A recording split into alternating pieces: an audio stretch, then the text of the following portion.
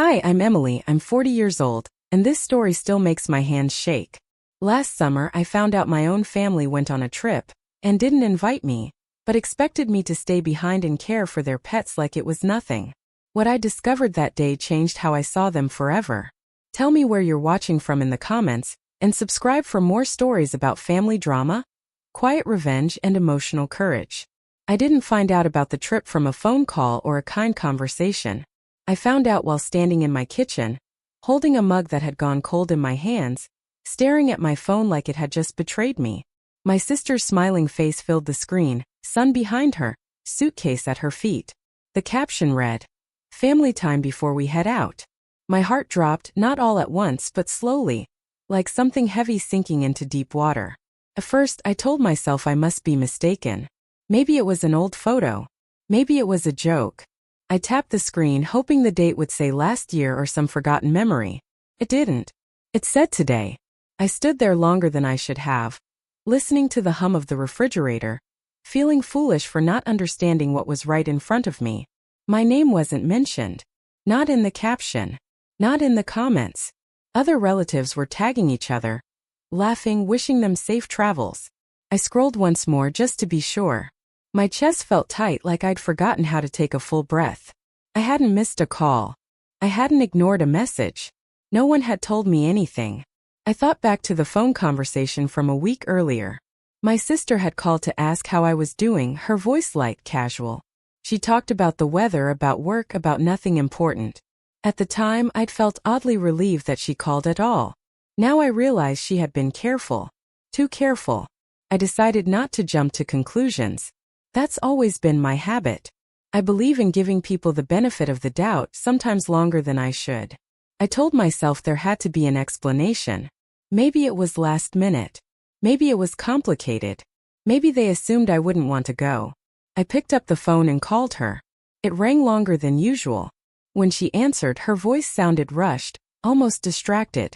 "Hey," I said, trying to sound normal. "I just saw your post.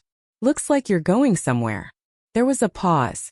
Not a long one, but long enough to feel wrong. "Oh yeah," she said. "We're heading out today." "We?" I asked gently. "Who's going?" Another pause. This one heavier. "Just the family," she replied. I waited. I needed her to say my name. She didn't. "So," I said slowly, "everyone's going?" "Well," she said, clearing her throat, "we didn't think you'd want to come. It's kind of busy. A lot going on." Her words landed softly, but they hurt just the same. I leaned against the counter, steadying myself. "You didn't ask," I said. She sighed like I was the one making things difficult. "Emily, it just happened fast. We figured you'd understand." That sentence stayed with me. We figured you'd understand. Sounded so simple. So practiced. Like this wasn't the first time they had decided something without me. Before I could respond, she added, "Oh, and I was meaning to ask, you can check on the dogs while we're gone, right? Just feed them and let them out. It shouldn't be a problem." There it was. The reason for the call. Not an invitation. Not an apology. Favor. I didn't answer right away. My mind went quiet, then loud all at once. Memories rushed in, holidays where I cooked while others relaxed, weekends where I helped while others rested, moments where I showed up because that's what I do. I had always told myself it was fine. That this was love. That this was family. "Emily," she said. "Are you there?" "Yes," I replied, though I wasn't sure I fully was. I told her I'd think about it. We hung up soon after, the conversation ending without warmth or closure. I sat down at the small kitchen table and stared at the scratches on the wood, each one familiar. My house felt very quiet. Too quiet. Later that afternoon, my brother texted me. "Hey sis. Thanks again for helping out with the pets. Really appreciate it." Thanks again. Like I'd already agreed. Like my feelings had already been handled. That was the moment something shifted inside me. Not anger. Not yet. It was clarity. A sharp, clean understanding that settled deep in my chest. This wasn't an accident. This wasn't thoughtless. This was a decision they made together without me, while still counting on me to clean up the loose ends. I replayed past moments with new eyes. The way plans were often mentioned around me but not to me. The way I was always the helper, never the guest. The way my presence was expected when it was useful, and forgotten when it wasn't. I walked to the window and watched a neighbor load suitcases into her car, laughing with her husband. I felt a sting of jealousy followed by sadness, then something steadier. I wasn't upset about missing a trip. I was upset about being overlooked. That night I barely slept. My thoughts kept circling the same question. How long has this been happening? I realized I had been excusing behavior that didn't deserve excuses. I had been shrinking myself to keep peace that wasn't real. By morning I knew one thing for sure. The trip wasn't the betrayal. The assumption was. The belief that I would always be there, quietly, without needing anything in return. And once I saw that clearly, I knew nothing would feel the same again. I stood by the window long after the sun slipped behind the houses, the quiet of my living room pressing in on me. The truth I had just accepted sat heavy, but before I could fully settle into it, my phone buzzed again. This time it was my sister. No greeting. No softness. Just business, as if the earlier conversation had been perfectly normal. "So you'll be able to come by tomorrow morning, right?" she asked. "The dogs need to stay on their routine." Her tone carried an assumption so strong it almost knocked the air out of me. Not a question. A decision already made. I looked at the wall clock ticking above my television, each second loud in the silence between her words and my response. "I said I'd think about it," I reminded her. "Yes, I know," she replied quickly, impatience creeping in. "But we're leaving early and I need to know. It's not a big deal. You've done this before." That last part stung more than she probably realized. You've done this before. She was right. I had. Many times. I closed my eyes for a moment, seeing myself driving across town in bad weather, rearranging my own plans, telling myself it was easier to help than to explain why I couldn't. "I haven't decided yet," I said, keeping my voice calm. There was a pause followed by a sharp sigh. "Emily, come on. Don't make this complicated." After we hung up, I sat down slowly, my knees feeling weaker than they should have. The request itself wasn't unreasonable. Feeding pets. Letting them out. Simple tasks. But the way it was asked, like my feelings didn't exist, made it feel heavy. It wasn't the favor. It was the expectation wrapped around it. The next morning I woke early without an alarm. My mind refused to rest. I made coffee and stood at the counter, staring into the mug like it might offer advice. My phone buzzed again, this time from my brother. "Morning," his text read. "You're still good to check on the pets, right? We're counting on you." Counting on you. Those words echoed. I thought about how often I'd been counted on, and how rarely I'd been considered. I typed a reply, erased it, then typed again. "I'll be there later today," I finally sent. I wasn't sure why I agreed. Habit maybe. Or a need to see things clearly for myself. I grabbed my keys and drove over mid-morning, the roads quiet, the sky gray. Their house looked the same as always, neat and familiar. I unlocked the door and was greeted by the sound of eager paws and wagging tails. The dogs didn't know anything had changed. They were just happy to see me. As I moved through the house, setting down my purse, I noticed little signs of the trip everywhere. An open suitcase by the stairs. A note on the counter with feeding instructions written quickly, like an afterthought. No note for me. Just directions for the animals. I followed the routine carefully, measuring food, refilling water, opening the back door. The normalcy of it all felt strange, like I was playing a role I'd outgrown. When I finished, I sat at the kitchen table, listening to the quiet hum of the house. That's when my sister called again. "Everything okay?" she asked. "Yes," I said. "The dogs are fine." "Great," she replied. "We're already on the road. I knew we could rely on you." Rely. There it was again. Not appreciate. Not thank. Rely. "Did you have fun getting ready?" I asked, surprising myself. There was a brief laugh on the other end. "Oh, you know. Same old stress. Packing, planning. It's good to get away though." "I'm sure," I said. She didn't ask how I was. The call ended quickly, like she'd checked something off a list. I stared at the phone after she hung up, feeling something inside me tighten. It wasn't anger yet. It was awareness. Over the next few days, the requests kept coming. A text asking me to grab mail. Another reminding me about trash day. Each message assumed my availability, my cooperation. I noticed how no one asked if it was convenient or if I needed anything. I answered briefly, doing what was needed, but something in me was changing with every task. One afternoon, a neighbor stopped me while I was locking up. "Family on vacation?" she asked kindly. "Yes," I replied. "Must be nice," she said. "All of you together." I smiled politely, but inside something cracked. "All of you." I didn't correct her. I didn't explain. I just nodded and walked away, her words following me down the sidewalk. That evening my brother called. His voice was cheerful, relaxed. "Hey, just wanted to check in. Everything good at the house?" "Yes," I answered. "Perfect," he said. "We owe you one." I almost laughed at that. "Owe me one?" I couldn't remember the last time that debt had actually been repaid. "You don't owe me," I said quietly. There was a pause. "Well, you know what I mean." "I do," I replied. And I did. After the call, I sat in my car longer than necessary, watching the dashboard lights glow. I realized they weren't being cruel on purpose. They simply didn't see me the way I thought they did. I wasn't a sister first. I was a solution. A backup plan. Someone who smoothed things over. That realization hurt more than any argument could have. It stripped away the excuses I'd made for years. I had taught them this role by always saying yes, by never asking for space, by believing being needed was the same as being valued. On the 5th day, my sister texted again. "Can you stay a little longer tonight? The dogs get lonely." I looked at the message for a long time before responding. The word lonely sat there, heavy with irony. I typed back, "I'll check in on them, but I won't stay late." Her reply came fast. "Okay, that's fine, I guess." That small shift, that tiny boundary, felt bigger than it should have. My hands trembled slightly as I put the phone down. I knew then that this wasn't just about helping out.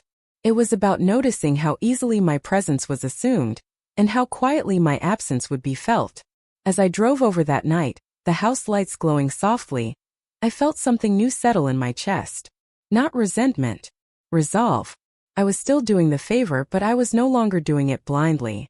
For the first time, I was watching everything clearly, and that clarity was changing me in ways they couldn't yet see. That clarity followed me inside the house as I closed the door behind me. The dogs settled quickly, curling up in their usual spots, leaving the room strangely still. I stood in the middle of the living room, listening to the soft ticking of a wall clock I had never noticed before. Without my family's voices filling the space, the house felt honest, like it had nothing left to hide from me. I set my purse down and walked slowly through each room, not snooping, just observing. The couch cushions were neatly arranged, the throw blanket folded just right. Everything looked controlled, managed, just like the family image they liked to present.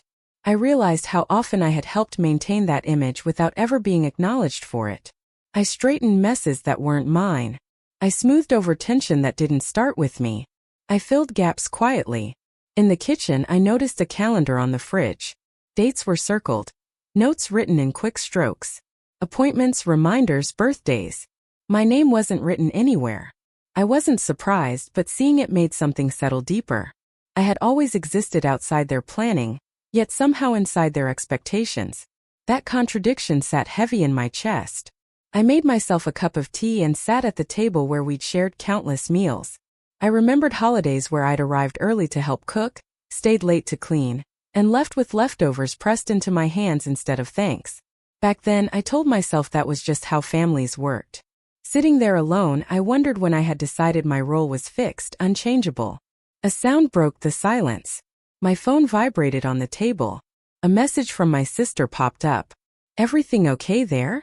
I stared at the screen before answering. "Yes. All set." A moment later, 3 dots appeared, then disappeared. No follow-up.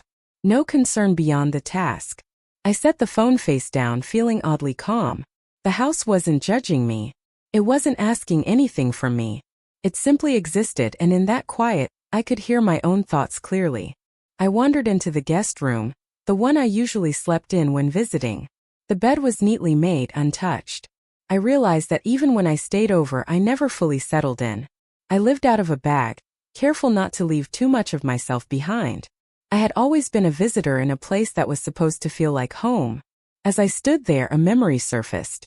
Years ago, after my divorce, I'd asked if I could stay for a few weeks while I found my footing. The answer had been polite but hesitant. They'd helped me find a short-term rental instead. At the time, I'd thanked them, embarrassed for needing help at all. Now I wondered if that hesitation had been my first clear sign. The dogs padded into the room, one of them pressing against my leg. I bent down and scratched behind her ears, feeling grateful for her simple presence. She didn't expect explanations. She didn't assume. She responded to care with trust, and that felt grounding. Later that afternoon, the doorbell rang. I wasn't expecting anyone. I opened the door to find a woman from down the street holding a small package. "This was delivered to our place by mistake," she said kindly. "Thank you," I replied. "You must be Emily," she added. "Your sister talks about you sometimes." "Does she?" I asked, surprised. "Yes," the woman said, smiling. "She says you're always helping out. She's lucky to have you." The words were meant as a compliment, but they landed strangely. "I suppose," I said, forcing a polite smile. After she left, I held the package and thought about that description. Always helping out. Not close. Not cherished. Helpful. It felt like a label I'd worn for so long I forgot it wasn't my name. That evening, I cooked a simple dinner and ate alone at the counter. I didn't turn on the television. I wanted to sit with the quiet, to understand why it felt both lonely and freeing. I realized how rarely I allowed myself space without filling it for others. My brother called just after sunset. "Hey, quick thing," he said. "Did you happen to see an envelope on the counter? Important paperwork." "Yes," I replied. "I put it with the mail." "Great," he said. "You're a lifesaver." I closed my eyes briefly. "I need you to stop saying that," I said, surprising both of us. There was a pause. "What?" "I'm not a lifesaver," I continued evenly. "I'm just helping." He laughed lightly. "Same thing." "No," I said. "It's not." Silence stretched between us. He cleared his throat. "Okay, well, thanks anyway." After the call ended, my heart raced, but not from fear. From truth. I had finally said something small but honest, and the world hadn't ended. I went outside to let the dogs into the yard. The evening air was cool, the sky painted in soft blues and grays. I leaned against the fence and breathed deeply. I thought about how often I had mistaken being useful for being loved.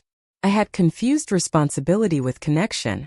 Standing there, I understood that my role had been shaped by my willingness to accept less than I deserved.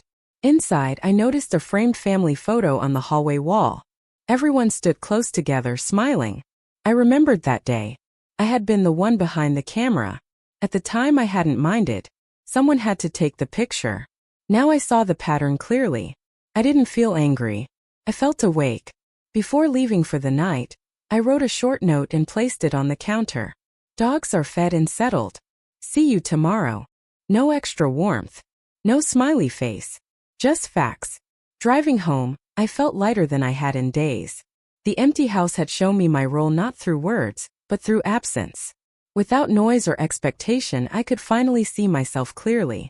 I wasn't invisible because I lacked value. I had made myself easy to overlook by never asking to be seen. That realization stayed with me as I turned onto my street, the headlights illuminating familiar shapes. I knew something fundamental had shifted. I hadn't changed them. I had changed how I understood myself. And that understanding felt like the beginning of something steady, something real, something long overdue. That understanding followed me into the next morning like a steady shadow. It didn't rush me. It didn't shout. It simply stayed. I woke up earlier than usual, not because I had to, but because my mind felt clear in a way it hadn't for years. The house was still, the kind of stillness that lets you hear your own breathing. I sat on the edge of my bed for a moment and realized something important. I didn't feel guilty. That was new. Normally, after any small tension with my family, guilt would arrive first. It would settle in my chest and tell me I was being difficult, selfish, dramatic. That morning it didn't come. Instead, there was a quiet sense of resolve, like I had finally stopped arguing with myself. My phone buzzed while I was making breakfast. A message from my sister lit up the screen. "Can you swing by earlier today? We forgot to reset the thermostat, and the dogs might get cold tonight." I read the message twice. In the past, I would have replied right away with a yes, maybe even an apology for not thinking of it myself. This time I set the phone down and finished cracking my eggs. The pan hissed softly, the smell of butter filling the kitchen. I let myself eat before answering. When I finally picked up the phone, I typed slowly. I can go at my usual time this afternoon. A few minutes passed before she replied. That's not ideal, but okay. Not ideal. The word sat there, heavy but revealing. I felt my shoulders tense then relax. I hadn't done anything wrong. I hadn't said no. I had simply said what worked for me. That small choice followed me through the day. At work, when a coworker asked if I could stay late to cover a shift, I said I couldn't. No long explanation. No apology. Just the truth. My voice didn't shake. I noticed how quickly the moment passed once I stopped overthinking it. Later that afternoon, I drove over to my sister's house. The dogs greeted me like always, tails wagging, eyes bright. I smiled at them, genuinely glad to see them. My care for them hadn't changed. What had changed was everything around it. While I was there, my brother called. Hey, quick question, he said. Can you also water the plants on the back porch? We totally forgot. I looked through the glass door at the porch he was talking about. Half a dozen potted plants lined the wall, dry soil visible on top. It would take 5 minutes. Still, I felt something rise in me, not anger but awareness. I can water the ones inside, I said. The porch ones will have to wait until tomorrow. There was a pause. Why tomorrow? Because I'm heading out soon, I replied evenly. Another pause, longer this time. Okay, he said finally. His tone had shifted just slightly. Less casual. More cautious. After the call, I noticed my hands were steady. That surprised me. Setting boundaries had always felt dramatic in my head, like slamming doors or raising voices. In reality, it was quiet, ordinary, almost boring, and that made it powerful. That evening, my sister sent a group message. A photo of the place they were staying, nothing fancy, just a rental near the coast. Everyone responded with comments and emojis. I didn't. I looked at the picture and felt a small pinch of sadness, but it didn't linger. I didn't owe enthusiasm. I didn't owe silence either. I owed myself honesty. The next day brought a new test. I arrived at the house to find a note taped to the counter. Please clean up the mud by the back door. Thanks. I stared at the note longer than necessary. I hadn't been told about any mud. I walked over and saw paw prints leading from the yard into the kitchen. It wasn't a mess, but it was noticeable. Normally, I would have grabbed a towel and cleaned it without a second thought. Instead, I sat down. I thought about how that note was written. Polite, brief, expectant. It assumed I would take care of it just like everything else. I stood up, got the towel, and cleaned the floor. Then I threw the towel in the laundry and left it there, unwashed. That choice might sound small, even petty, but it mattered to me. I wasn't refusing responsibility. I was refusing invisibility. I wasn't erasing myself to make things easier anymore. On my way out, I ran into a neighbor who was out walking her dog. You're such a good sister, she said. Always helping. I smiled, but this time it didn't reach my eyes. I help when I can, I replied. That phrasing mattered. When I can. It felt like reclaiming a piece of myself I had given away years ago.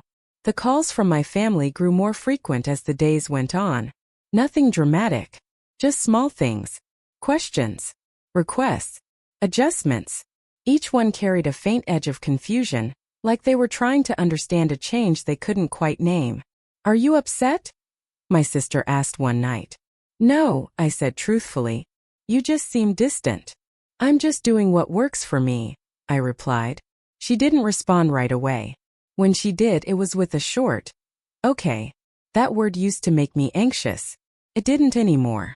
One afternoon, my brother showed up unexpectedly while I was there. He looked tired, sunburned, a little annoyed. Hey, he said. Did you see my message about the trash bins? Yes, I replied. I put them out this morning. He nodded, then hesitated. You're different lately. I met his eyes. I'm the same. I'm just not stretching myself anymore. He frowned like he wanted to argue, then stopped. We didn't mean to make you feel used, he said. I considered his words carefully. I know, I said. But intention doesn't change impact. He didn't have an answer for that. After he left, I sat in the living room and listened to the house settle around me. The dogs slept peacefully at my feet. I thought about how change often comes quietly, through choices no one else notices at first. I hadn't made a speech.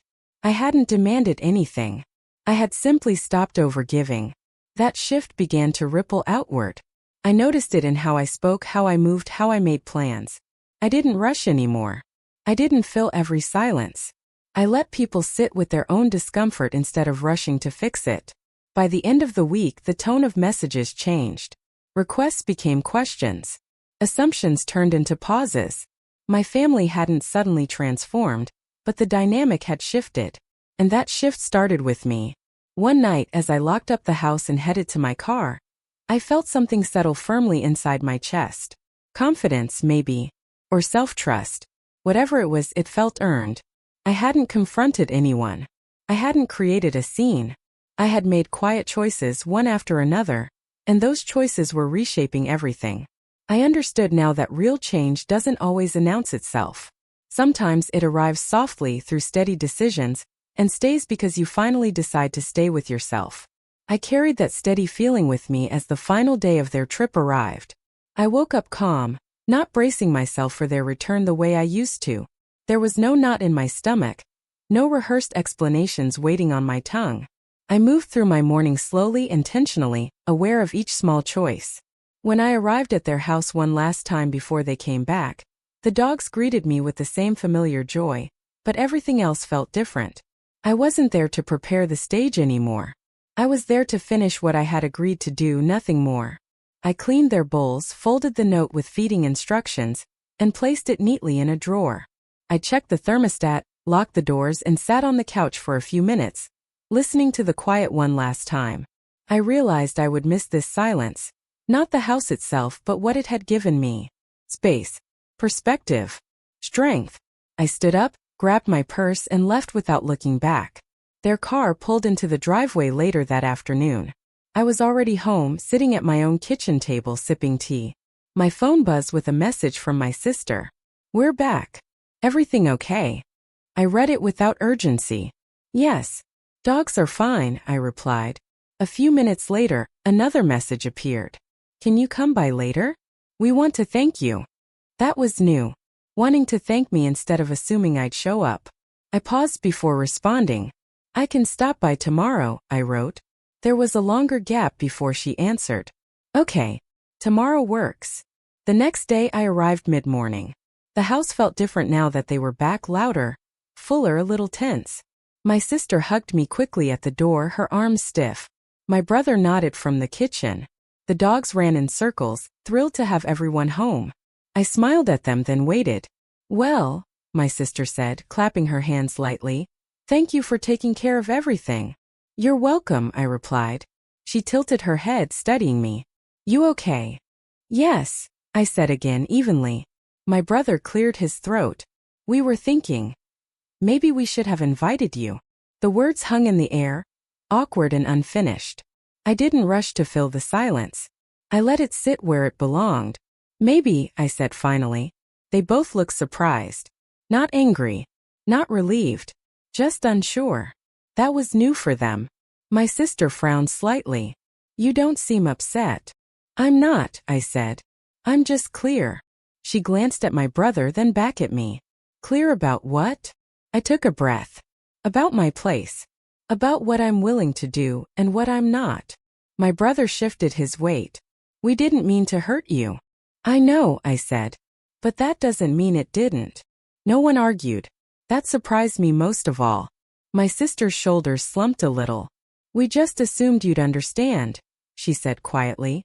"I did understand," I replied. "I just stopped pretending it didn't matter." The room grew quiet. Not tense, just thoughtful. The dogs settled at our feet, the house creaking softly around us. Later, as I prepared to leave, my sister followed me to the door. "You're different," she said, not accusing, just observing. "I feel different," I answered. She hesitated. "Does that mean you won't help anymore?" I met her eyes. "It means I'll help when I choose to. Not because I'm expected to." She nodded slowly, absorbing that. "Okay." Driving home, I felt a mix of emotions. Relief, sadness, pride. Change is rarely clean or easy. It leaves behind a mess of feelings, even when it's right. Over the next few weeks, I noticed the shift continue. Invitations came with actual questions. Do you want to come? Not, you'll come, right?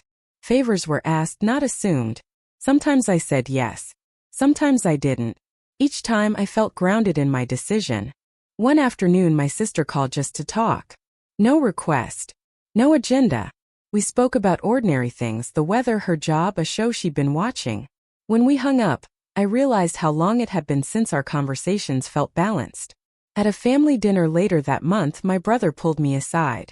I didn't realize how much we leaned on you, he said. I guess we thought you didn't mind. I minded quietly, I replied. That part's on me. He nodded. Still, we should have noticed. We stood there for a moment, the sounds of laughter and clinking dishes filling the background. It wasn't a perfect apology, but it was honest. That was enough. As time went on, I found myself changing in other areas of my life too. I spoke up more at work. I rested without guilt. I stopped explaining myself to people who weren't listening anyway. The confidence I had built quietly during that week didn't fade. It grew. One evening, months later, I found myself scrolling through old photos on my phone. Pictures from holidays, birthdays, gatherings where I stood just off to the side. I didn't feel bitterness. I felt compassion for the woman I had been, trying so hard to be needed. I put the phone down and looked around my living room. My space. My peace. I realized that the regret I had wanted them to feel wasn't loud or dramatic. It was subtle. It showed up in their hesitation, in their changed tone, in the way they now checked in instead of assuming. They felt the absence of the version of me who overextended, and they were learning to adjust. And I was learning too. That trip they took without me had changed everything, but not in the way I expected. It didn't break my family apart. It rearranged us. It forced me to see myself clearly and choose differently. When I think back to the moment I first saw that photo on my phone, I don't feel the same sting. I feel gratitude, because exclusion, painful as it was, gave me something I had been missing for a long time. Myself. And that version of me? She's not going anywhere.